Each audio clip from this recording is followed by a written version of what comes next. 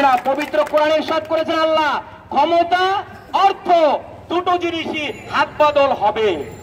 দুটো জিনিস কি হাত বদল হবে। মানুষ মারা গেলে দুটো জিনিস নিয়ে সমালোচনা হয়, ভালো খারাপ।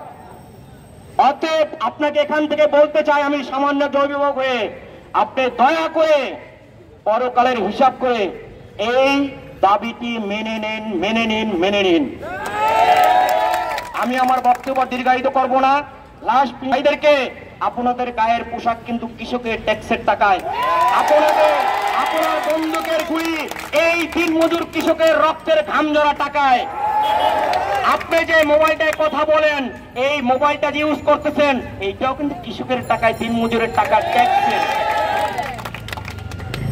কৃষককে ঘৃণা করেন না। বঙ্গবন্ধু শেখ মুজিবুর রহমান বলেছিলেন যে পাকিস্তান ইমানদার গালিকে নিয়ে গেছে, চোর গিলিরে আমার কাছে রাইখা গেছে। আমি এত কষ্ট কইরা 3.5 কোটি টাকা আনলাম বিদেশ থেকে ভিক্ষা কইরা, চাটার দলেরা চারতে চারতে সব খেয়ে ফেলেছে।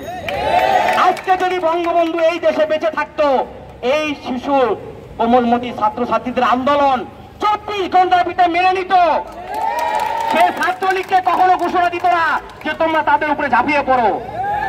এই কোমলমতি শিক্ষার্থীরা তারা এখনো নিরস্ত্র, যখন নামছে তখনও নিরস্ত্র ছিল।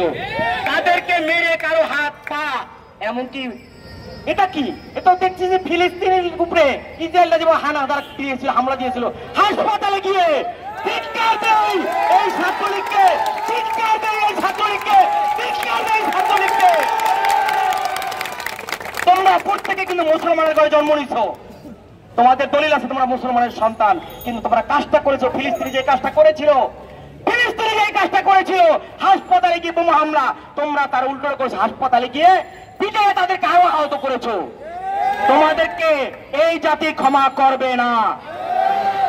আমরা অনলাইনে দেখেছি যাদের ভিতরে মস্তিষ্ক জাগ্রত হয়েছে, সেই সকল আমাদের সন্তানরা ছাত্রলীগ থেকে বড় বড় পদে ছিল, তারা পদত্যাগ করে এই ছাত্র সমাজের সাথে মিলে গেছে।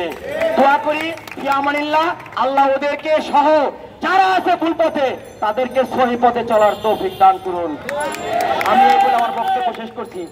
এখন আরেক